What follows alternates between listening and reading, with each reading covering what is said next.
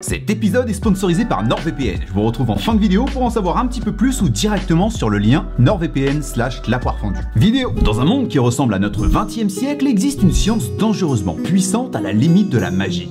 L'alchimie. Permettant de transformer une matière en une autre, entre de mauvaises mains, elle est redoutable et permet des choses aussi incroyables que de changer le sol en arme, l'air en explosion de feu ou même, pourtant interdit, la transmutation d'humains. Aussi surprenant que ça puisse paraître, l'alchimie a pourtant aussi fait partie de notre monde et a beaucoup de points en commun avec celui des frères Elric. Parmi eux, la quête de la légendaire pierre philosophale. Et bien que dans l'animé tout ça semble beaucoup plus proche de la magie que de la science, vous risquez d'être surpris en découvrant ce que cache l'alchimie dans la réalité. La transmutation est-elle possible dans notre monde? Est-il possible de changer le plomb en or? Et est-ce que cette pierre philosophale existe-t-elle vraiment? Mesdames et messieurs, bienvenue dans ce nouvel épisode de Science vs Pop Culture. Aujourd'hui, je vous propose de découvrir l'alchimie de Fullmetal. En vrai, c'est possible? Majid sur la poire fendue, j'espère que vous allez bien et que vous êtes prêts pour de nouvelles connaissances. C'est parti! Alors, on l'a compris, en gros, un alchimiste est capable de transformer une matière en une autre, et c'est ce qu'on appelle la transmutation. Dans l'animé, la base même de l'alchimie réside dans un principe fondamental, celui de l'échange équivalent. Cette règle est simple et peut se résumer en une phrase. L'humanité ne peut rien obtenir sans donner quelque chose en retour. Pour chaque chose reçue, il faut en abandonner une autre de même valeur. Dit comme ça ressemble plutôt à du troc. Mais si le monde de Fullmetal n'est pas peuplé d'alchimistes dans tous les coins de rue, vous vous doutez bien que c'est pour une bonne raison.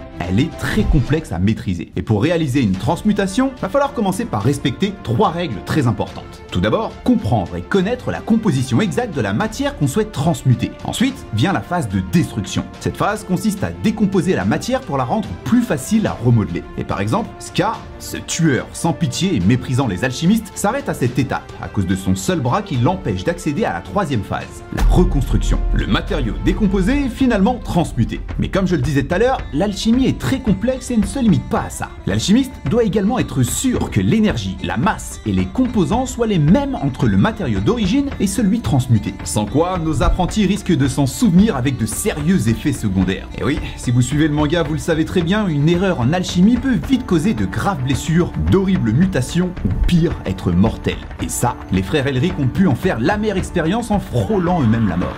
Et pourtant, comprendre ces règles et ces phases de transmutation ne sont pas suffisantes pour terminer le processus qui devra être complété par un symbole, le cercle de transmutation. Qu'il fasse la taille d'une main ou carrément celle de la ville, ces cercles doivent posséder 2 points essentiels pour que la magie opère. Un cercle extérieur qui représente l'énergie naturelle de la Terre et qui permet de l'accumuler, et des runes alchimiques spécifiques qui prennent la forme de polygones, de symboles astrologiques, d'images ou même de textes. Cette partie permet à l'énergie concentrée d'être libérée de façon la plus contrôlée possible. Tout ce qu'on vient de voir est à chaque fois adapté à ce qu'on cherche à obtenir, et c'est comme ça qu'on se retrouve avec des cercles de transmutation aussi divers que variés, allant du petit cercle très simple pour transmuter un oiseau en pierre, au cercle de transmutation humaine bien plus complexe et avec tout un tas de runes. Même si dans la réalité les alchimistes ne pouvaient pas faire des choses aussi folles que créer des chimères ou des homonculus, vous allez voir qu'il y a pas mal de choses qui les lient à ceux de Fullmetal. À commencer par cette fameuse quête de la pierre philosophale. Dans notre monde, les alchimistes cherchaient à créer cette pierre dans le but d'être capable de transmuter les métaux pauvres, comme le plomb, en métaux nobles, comme l'or.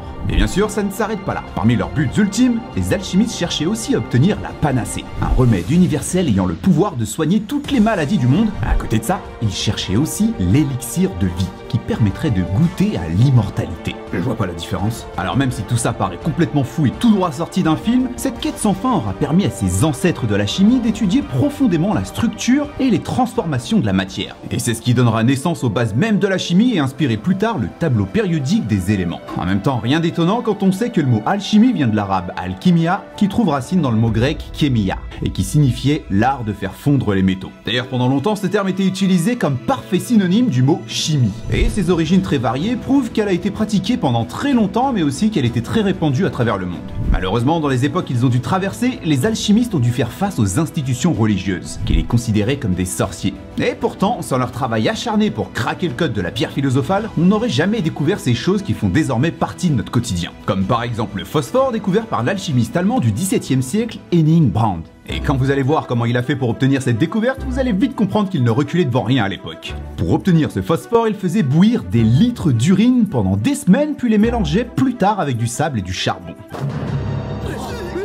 L'expérience que je vous déconseille de faire à la maison, déjà pour le côté dégueulasse de la chose, mais surtout à cause des dangereuses vapeurs de monoxyde de carbone qui s'en dégagent. Et c'est loin d'être fini, puisque l'alchimie est aussi à l'origine de la découverte de 3 des composés chimiques les plus importants. L'acide nitrique, qu'on retrouve aussi dans les fertilisants, les explosifs, mais également dans les plastiques et les teintures. Ensuite, l'acide sulfurique et l'acide chlorhydrique qu'on retrouve par exemple dans les détergents. Et on dirait pas comme ça, mais là on parle de 3 puissants acides qui sont à la base des réactions chimiques les plus communes et qu'on va retrouver dans ton lycée ou en cours de chimie aux plus grandes industries. Si les alchimistes étaient aussi intéressés par les acides, c'était entre autres pour leur capacité à concrètement faire de la transmutation, comme changer du bicarbonate de soude en sel de table. Et d'ailleurs, en poussant l'expérience encore plus loin et en mélangeant ces acides, ils ont réussi à créer un composé encore plus puissant qu'ils ont appelé Aquaregia, capable de dissoudre le métal et même l'or. Pouvoir détruire l'or avant de savoir le créer, plutôt un conte pour nos alchimistes. N'empêche qu'aujourd'hui, la science les remercie bien pour toutes ces découvertes et d'ailleurs, pas qu'en chimie. Un autre des exploits majeurs de l'alchimie a été possible grâce aux Suisses du XVIe siècle, Paracelsus. Bon, là encore une fois, c'est un peu par hasard qu'il fera cette découverte, puisque son but premier était d'appliquer les principes de l'alchimie au corps humain, parce qu'il pensait que le rôle de nos organes était de séparer le pur de l'impur.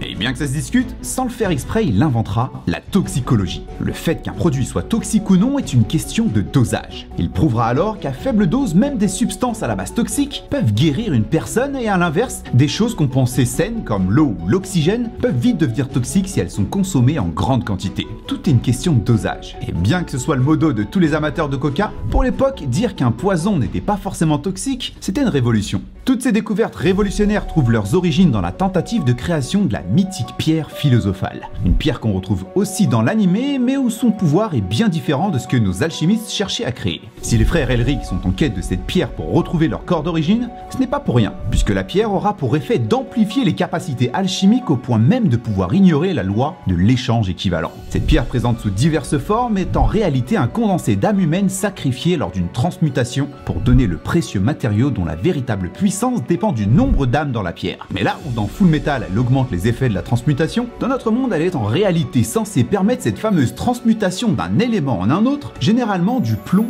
en or.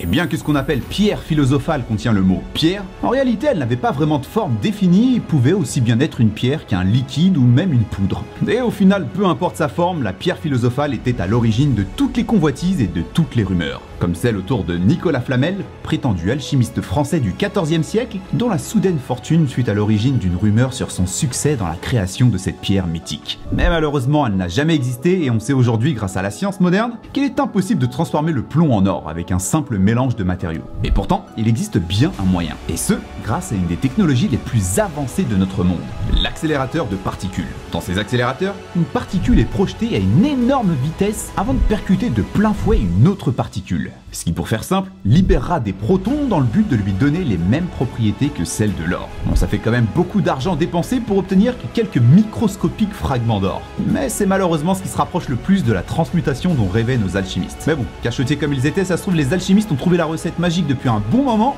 et se la gardent bien au chaud pour eux depuis tout ce temps. Après tout, ils auraient bien raison de garder cette découverte secrète. Et même si c'est le cas, ne croyez pas que de vous jeter sur le premier bouquin d'alchimiste vous donnera la recette secrète. Rappelez-vous, l'Église les accusait de sorcellerie et les alchimistes devaient alors cacher la plupart de leurs découvertes en codant leurs textes par des symboles.